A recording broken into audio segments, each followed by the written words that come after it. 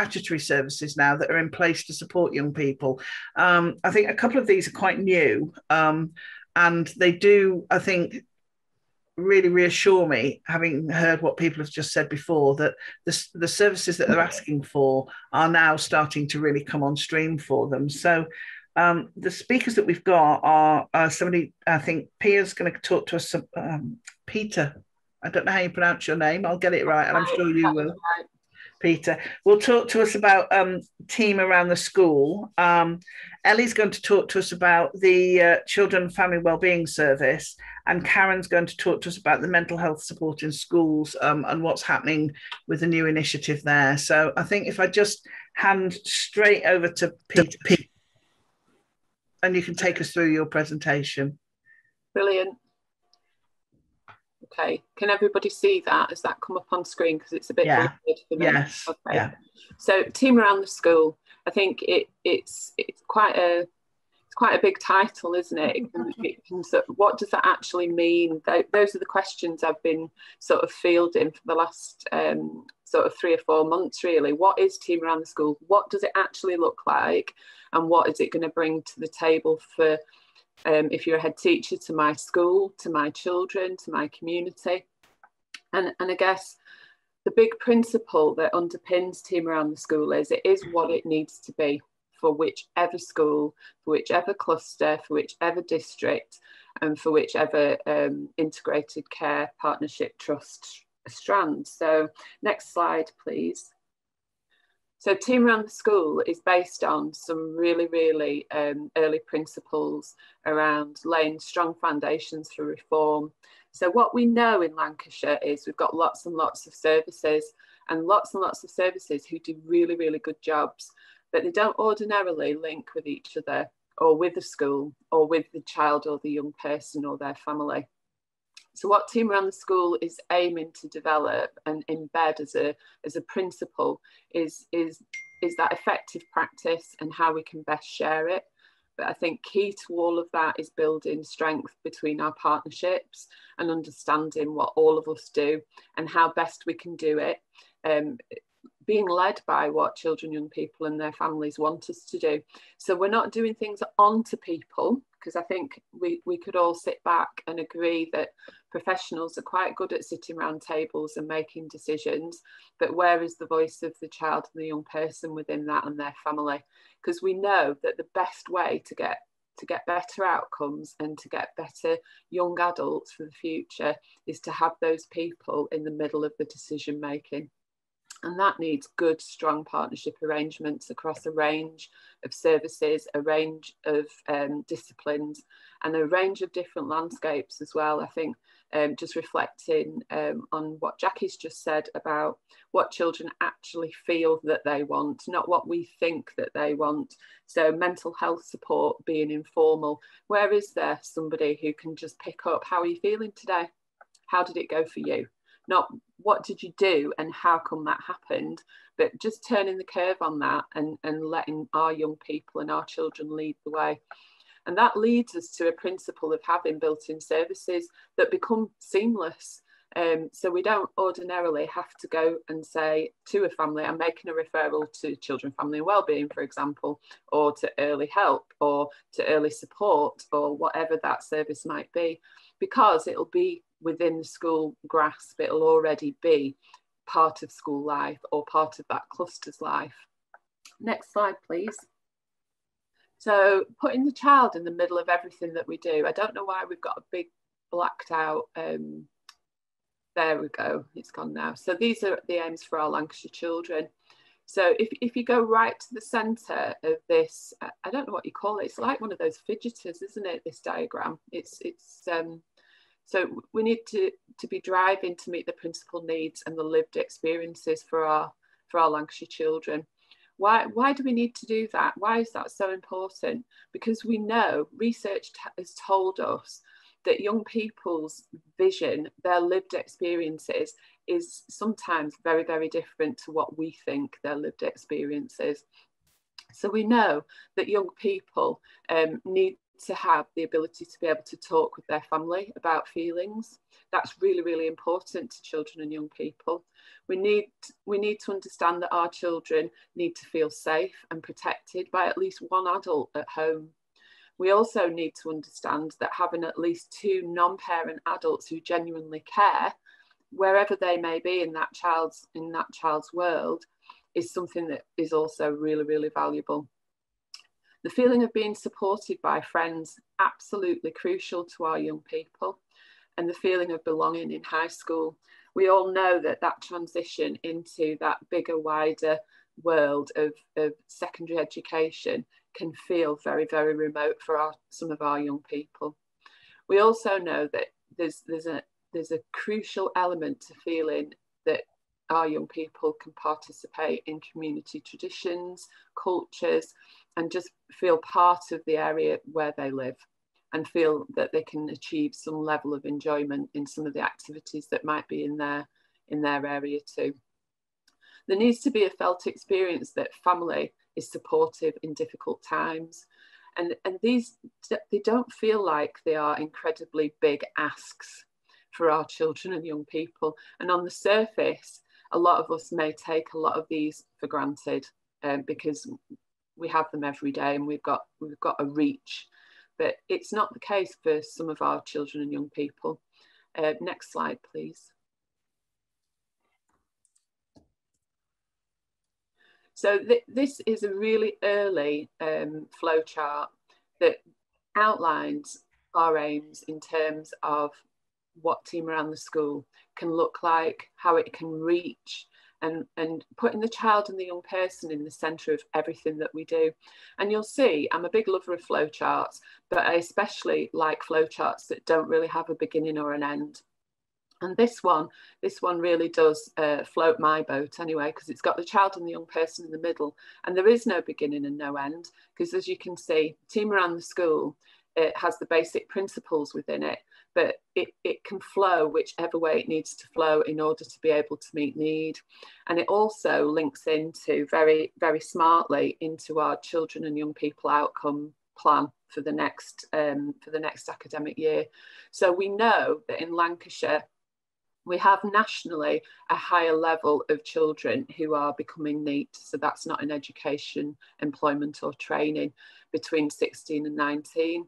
We know that we have an increasing number of children who are being withdrawn from compulsory education settings to become EHE, electively home educated.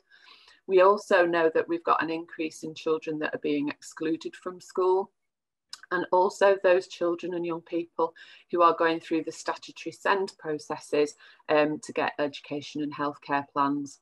So what we aim to do is move forward with the gaps that we know we have in Lancashire for our children and young people by establishing some locality boards. Now, those locality boards will be picking through intelligence and data, they will be picking areas of work that each of those locality boards are going to be tasked with finding solutions for, or making outcomes for children and young people better. So this flowchart is, it just gives you an insight into some of the services that we might use in order to be able to do that. But also it's about adopting that Team Around the School principle. So we know that our children and young people spend most of their week in a school. So why would we be doing services onto children and young people outside of that environment? If we can do as much as we can within a school, then it's less disruptive, but also school have an oversight of what's happening for their child as well. So it's important that we have children out of their mainstream settings into other provision, whatever that might look like, for mental health or for managing behaviour or whatever that might be. So as much as we can contain that child or that young person in their local community. That's what we're aiming to do. So next slide, please. How could TAS look? We've already started some very early blueprint work. Sorry, I'm getting distracted here with the chat messages. Multi-agency support panel in District 6 in Preston is an early indicator of how Team Around the School can look. So referrals are made by District 6 schools into that panel. They can be academy schools, free schools, church schools, independents, maintained schools by the local authority. What we're aiming to do with Team Around the School is not separate out our schools. If you've got a Lancashire child, then we want you to be part of Team Around the School. We also want our communities to be part of Team Around the School. So we know that there's lots of good work going on out there in the communities, but we also know that that doesn't always get translated into the school life of a child. So we're trying to build those relationships and get better at having that transparency around what's on offer and how schools can get access to that for their children and young people as well. And we also want to encourage referrals from other agencies into the multi-agency support panel. The purpose of the panel, they've identified as a district, which is Preston, that there is an increasing level of children that are becoming involved in knife crime. And there was a very recent death of a young person between the Christmas and New Year break that sadly was as a result of knife injuries. So the head teachers of District 6 came together, and it was their decision making with the help of their local PRU to target knife crime in their area.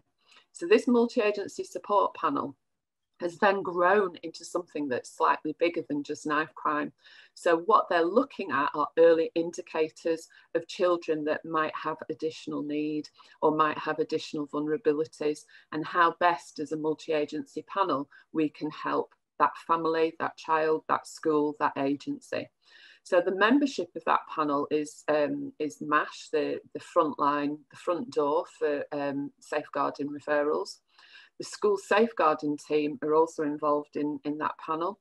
The police, the community police team, and also the violence reduction network, the community safety partnership, education representatives. So we have a primary rep on that panel. We also have 2 secondary reps. And again, the local authority are involved in that panel too.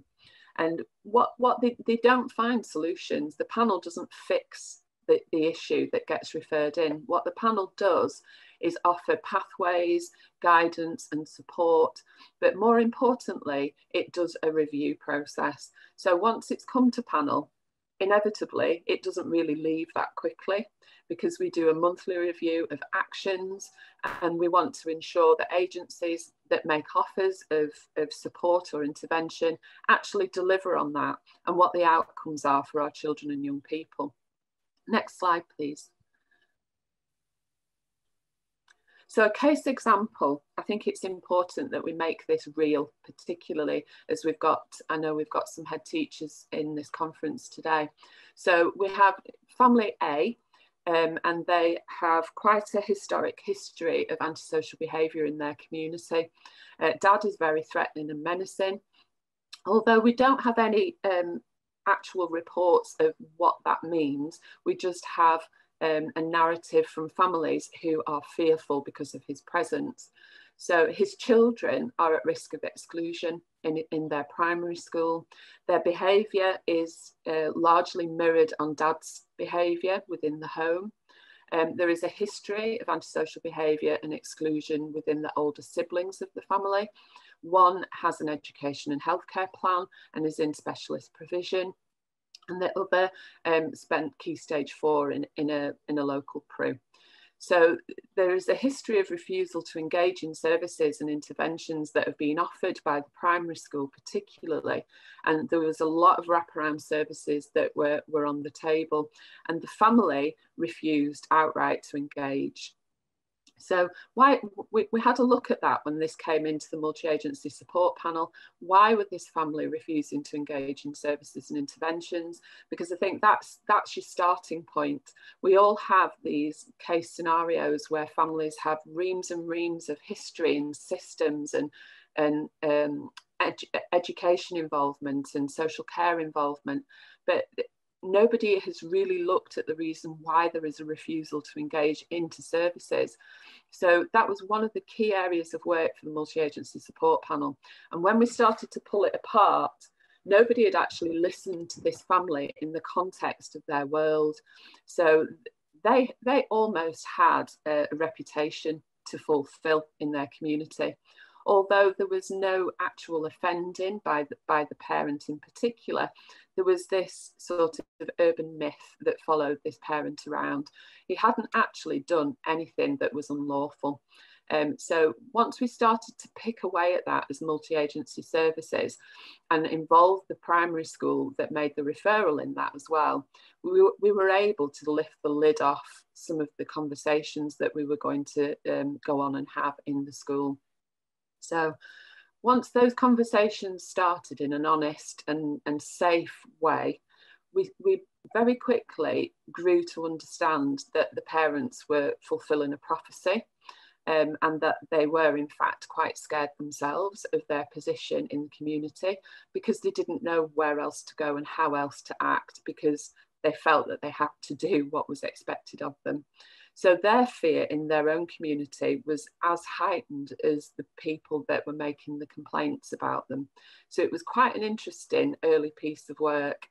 So the Housing Authority then became involved, and we asked them about what the history was for the family, and the relationship between housing and the family was very, very poor. So we understood very quickly that that needed to have some repair element to it, and how best we could do that as a multi-agency group. And several families had put in complaints and were wanting to move out of the local area, and the housing organisation really couldn't determine where the issues were. So having that honest and open conversation to start that sort of piece of work was really, really important and quite powerful. What we did realise, and very quickly, when this referral came in, where the children weren't thriving in education. And what does that actually mean? That means that one of these children, because they were very closely related in terms of age, one of these children was very isolated from the rest of their school group. And the other one was very fearful of her position when she was away from her twin. So it became that they themselves were mirroring what had happened with their parents in the community. So how do we get to the bottom of what's actually going on? We started the graduated response. So we started to look at whether the barriers to learning were a learning need or whether they were a behaviour barrier. So that the parents would not agree to that piece of work starting and any educational psychology assessment work. But once we started to have conversations around housing and services and interventions that might be needed along the way to engage with the family and with the children, parents started to understand how that was impacting on those children's education and what the barriers were to their learning. And it almost lifted the lid on the parents being able to see the impact of what was happening to their children in the school environment. So next slide, please. The early indicators of change. The family have begun to engage and listen to experiences communicated from residents, from the school, but also from other agencies. So I think a lot of the narrative sometimes can get built up in families' minds, and the what, the who said what, and the wherefores can sometimes be dramatised. So when you strip all of that back, and residents and the actual family that were in the centre of all of this understand thoughts and feelings of other people, and how you know one action leads to a certain consequence, it was really quite interesting to see those early signs of changes in behaviour. The family were expressing feelings of being got at, and felt quite threatened by this themselves. So their performance continued at some degree around the way that they communicated in the community. So their presence on street corners and that type of thing continued in the earliest parts of this work. But they have shown signs of becoming more proactive. And over the half-term holiday, we saw evidence of children being taken out for days out in the school holidays and away from the estate. And other families made note of that as well. And conversations were starting around what these activities were between each of the families. So they were starting to communicate with each other at a very different level. Next slide, please. The parents then consented to an EP assessment after having some time to think and reflect about the barriers to education for their children. And one of the parents was then invited to volunteer out of the school football club, out of school hours. And one of the parents were asking for help in regards to their mental health, because there was repeat quotes of not being able to cope, feeling that everybody was against them and they had nowhere to go